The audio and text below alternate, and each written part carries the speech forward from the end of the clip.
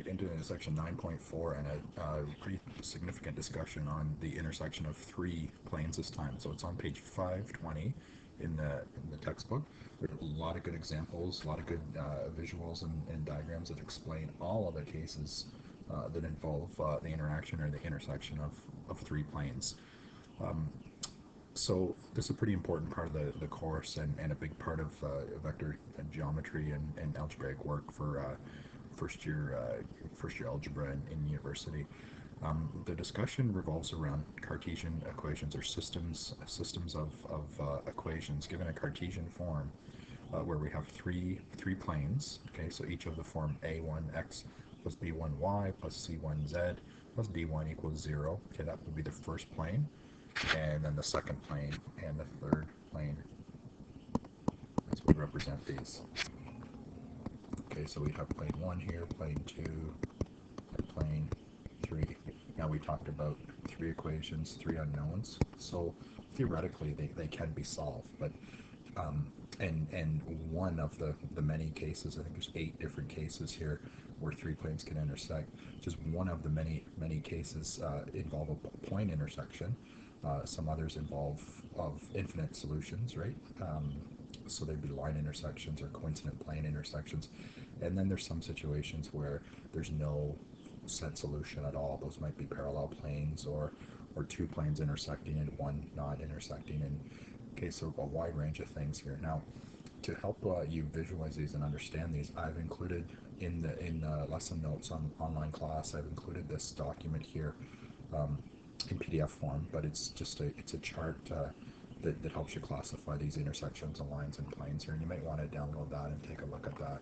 So let's jump right into talking about probably one of the more interesting cases here, and we'll call it just case 1. It's the intersection of three planes.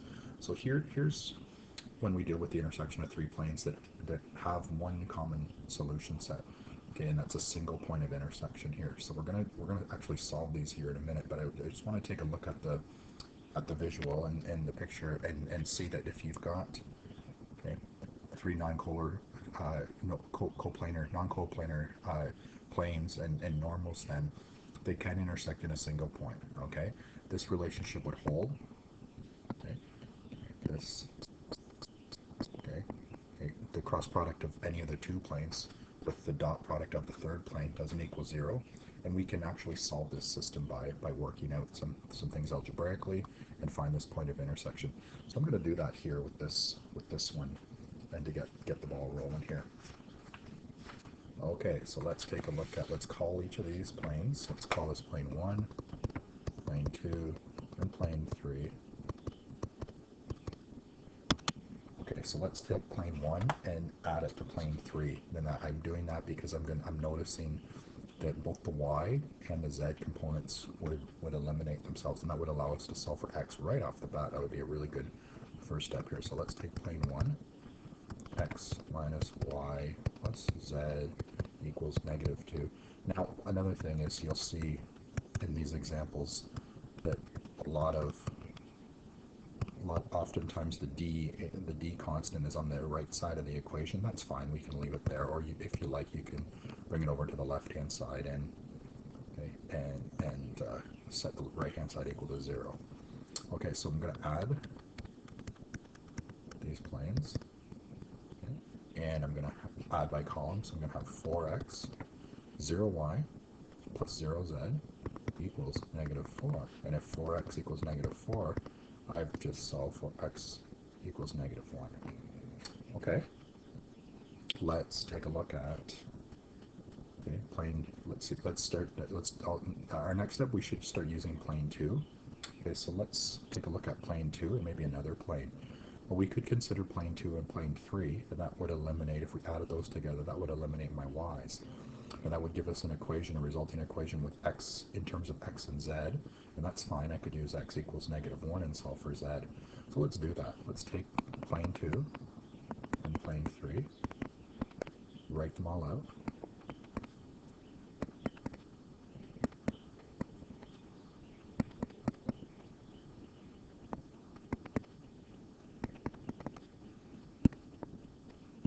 And let's add plane 2 and plane 3 again.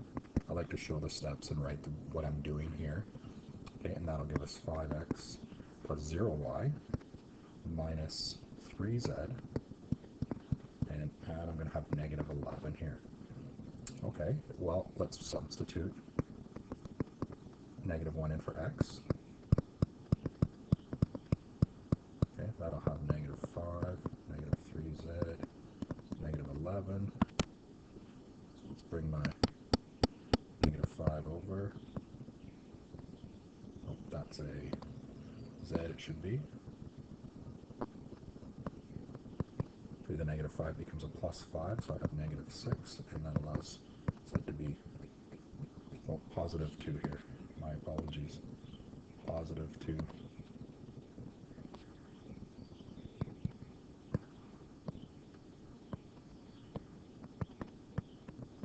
going to box that up as well.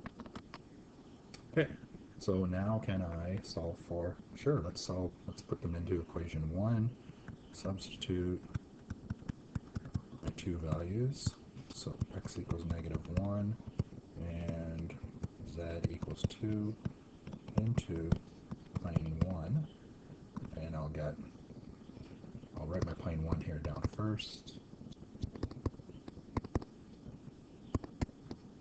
and I'm going to put in negative 1. Y is what I'm trying to find. Z is 2, negative 2. That gives me, okay, negative y plus 1 equals negative 2. Negative y would equal negative 3, so y must equal 3. Good.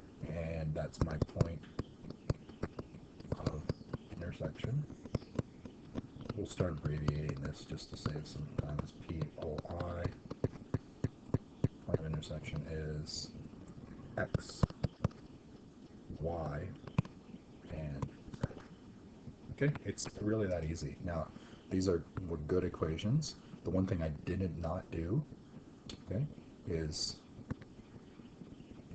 have to multiply by a scalar multiple here to match coefficients in each of the planes. Okay, so that'll start showing up here, and this works out to be just one case where there's a single consistent solution, single point of intersection here between the three planes, and it's nice when and relatively easy when you have to, I mean, when you solve it and it's a nice single point of intersection here.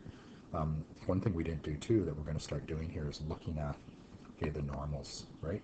Okay, the normals is going to be a common thing here, and our normal will help us classify. Just as in previous examples here, we'll be able to see if these are parallel planes or coincident planes just looking at the normals. All right, so let's leave me some space here. That's why this one's so large here. Okay, intersecting, when three planes intersect in a line, okay, we'd have this situation, okay, because they are coplanar. Okay, one intersection in a line. So theoretically, when there's a line intersection, there's an infinite number of solutions, right? I mean, in theory, that's really what it is. Okay, but a lot of times some students and even some textbooks talk about this line of intersection satisfying the three planes. Either way, okay, we'll work through this example here. Let's see what we have here. Okay, so let's take a look at, I'm going to take a look at the normals here. I want to get in the habit of looking at these normals here, and while I'm at it, also looking at the concept, the D1 concept. Now D1 officially, okay, is 2 here. I have to bring it over here. My normal for the second plane is 3, negative 1, and 14, and D2 has to be on the other side of my equal sign, okay? And then normal, okay, so it'll be 1, negative 2, and there's no z component, so my normal in my z component is 0, and now D3 is plus 5 here. So clearly they're not parallel. I mean, I can look at it just at a glance and say that, see that there's in no way, shape, or form are these planes parallel or coincident. There's no way they can combine together through proportions to get to get these normals to be equal to one another.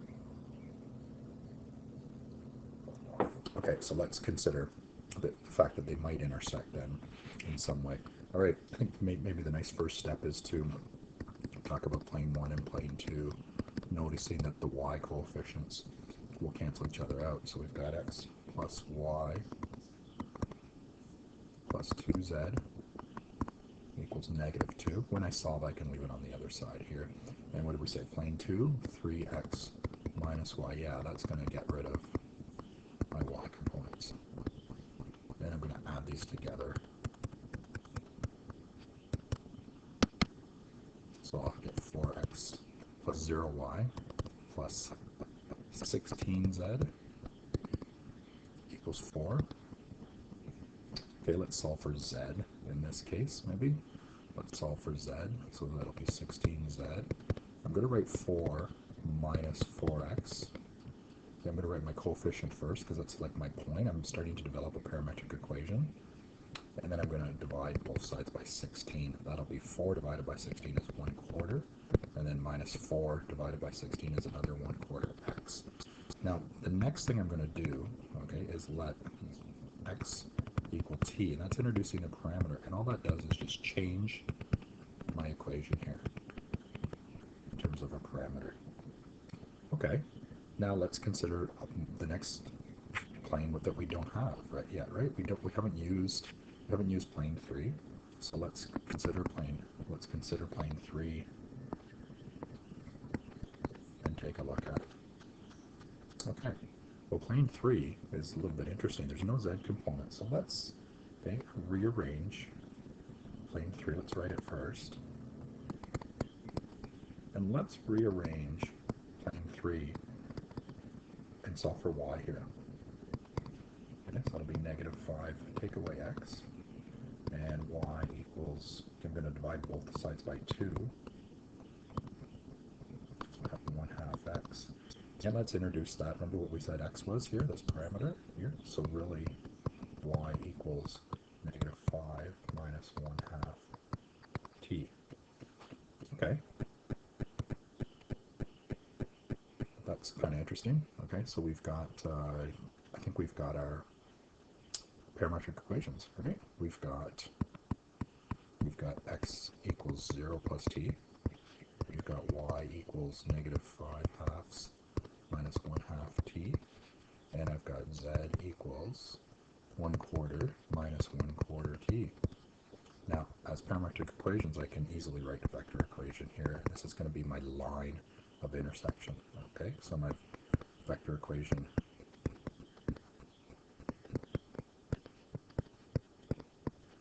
is quite simply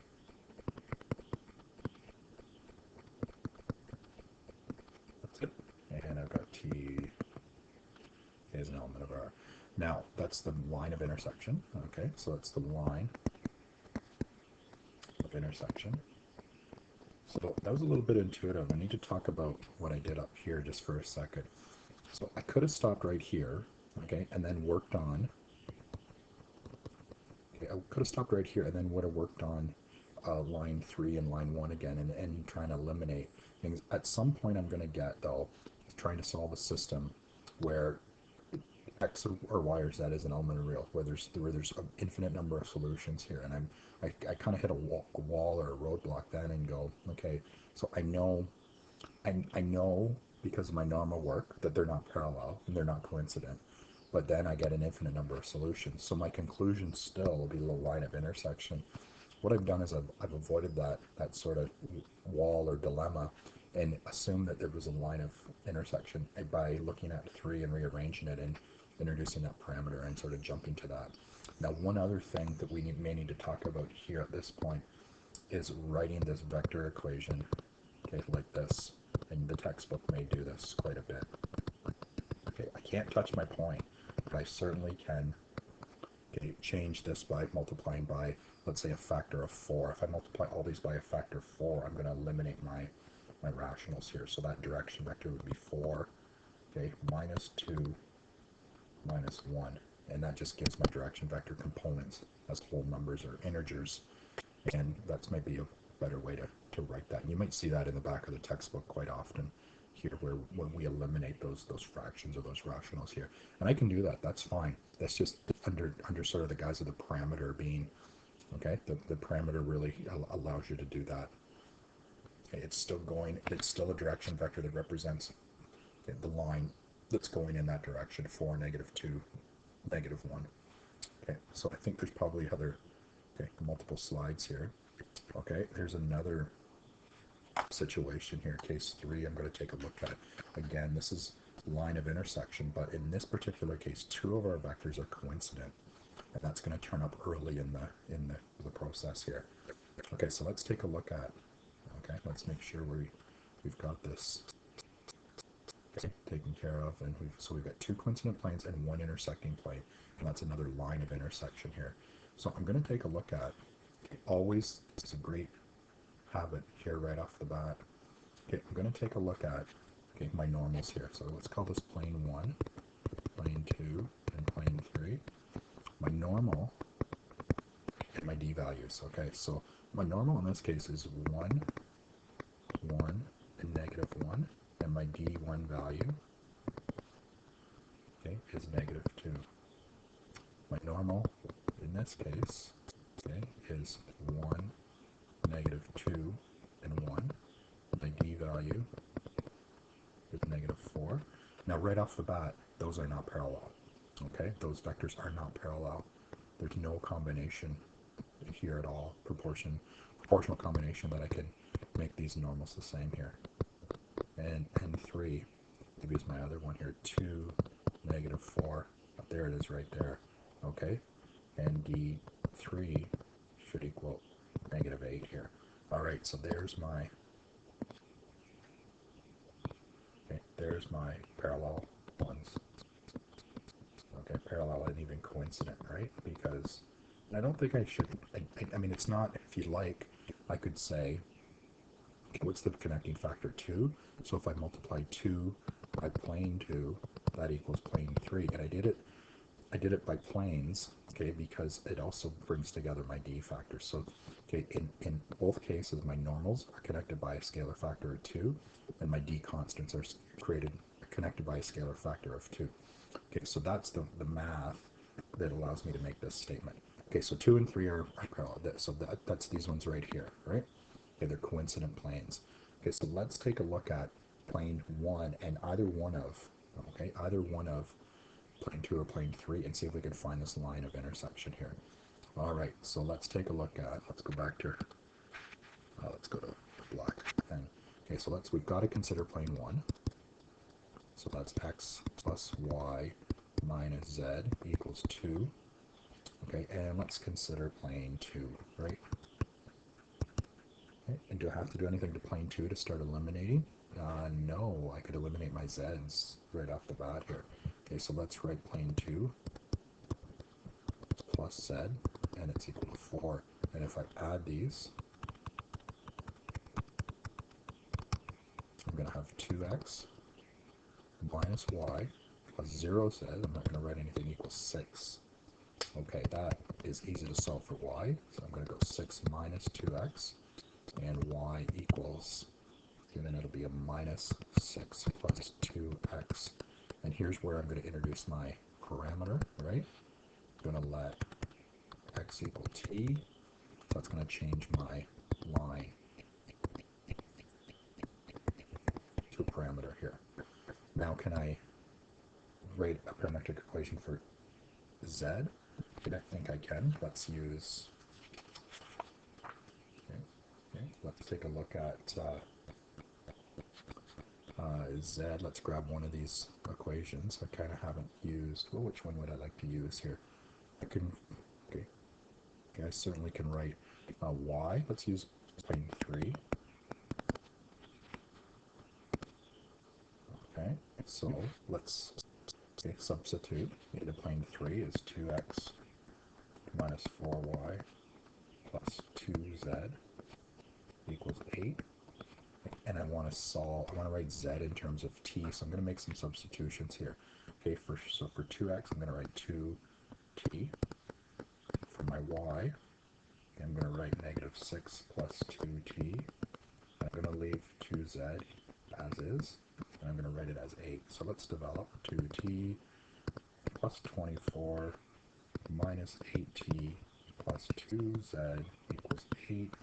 Let's collect some like terms here. I'm going to have 24 minus 6t plus 2z equals 8. Let's bring everything over. So it would be 8 minus 24. My 2z is going to be 8 minus 24 plus 6t, which will be 2z. Now 8 minus 24, I think is 16, minus 16 plus 6t. And if I can divide everything by 2, I'm going to have negative 8 plus 3t here. Good. Now there's my parametric equation, and that happens to be my line of intersection here.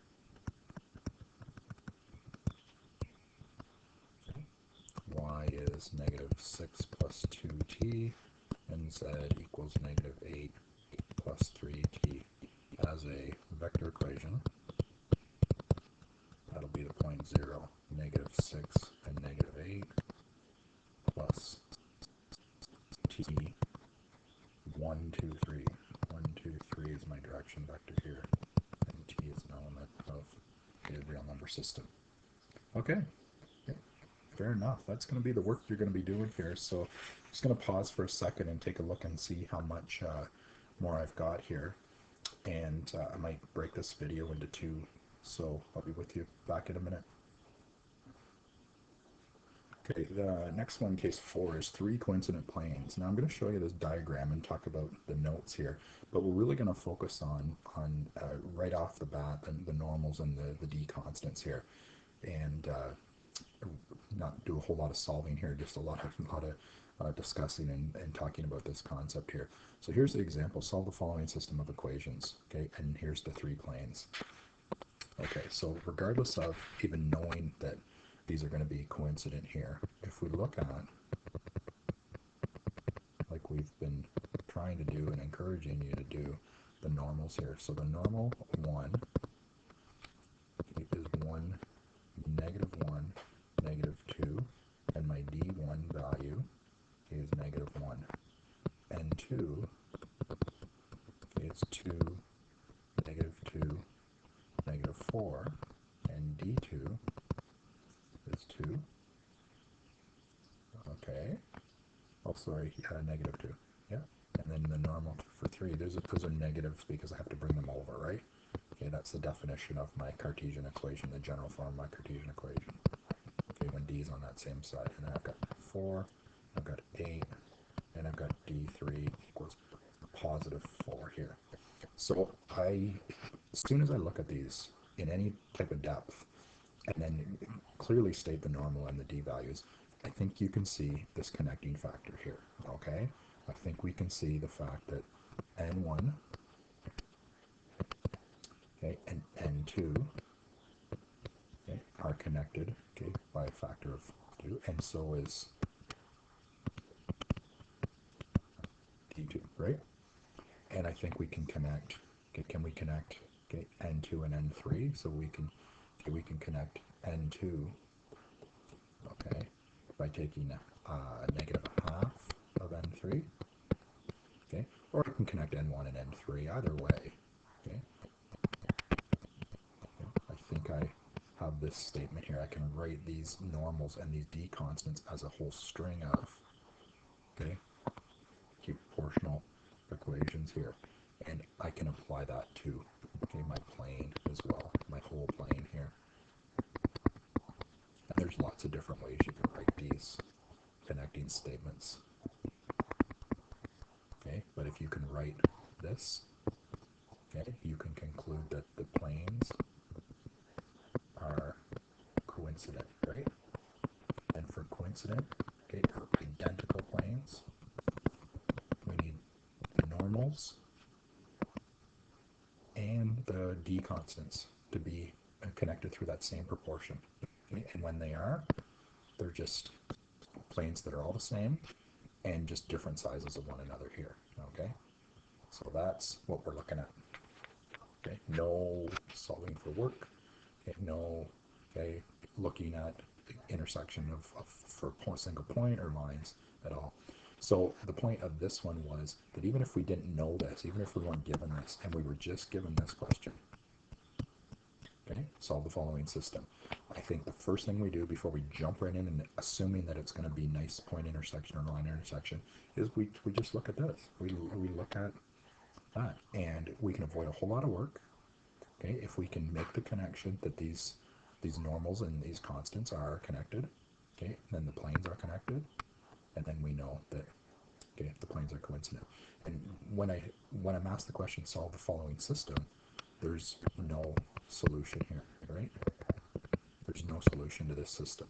And what algebraically would happen is if I work this out and tried to solve, okay, I get a weird sort of inconsistent statement, right? Like 0x equals 7 or something like that, where there's no solution to that. Okay.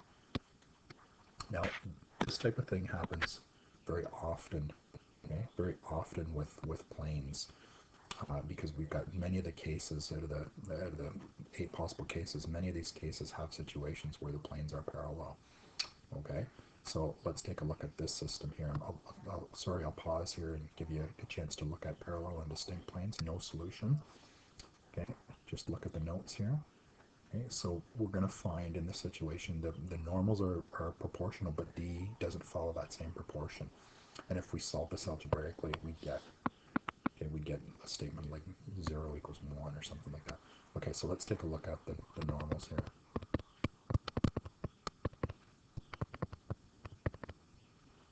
Okay, so my normal, okay, is 1, 2, 3.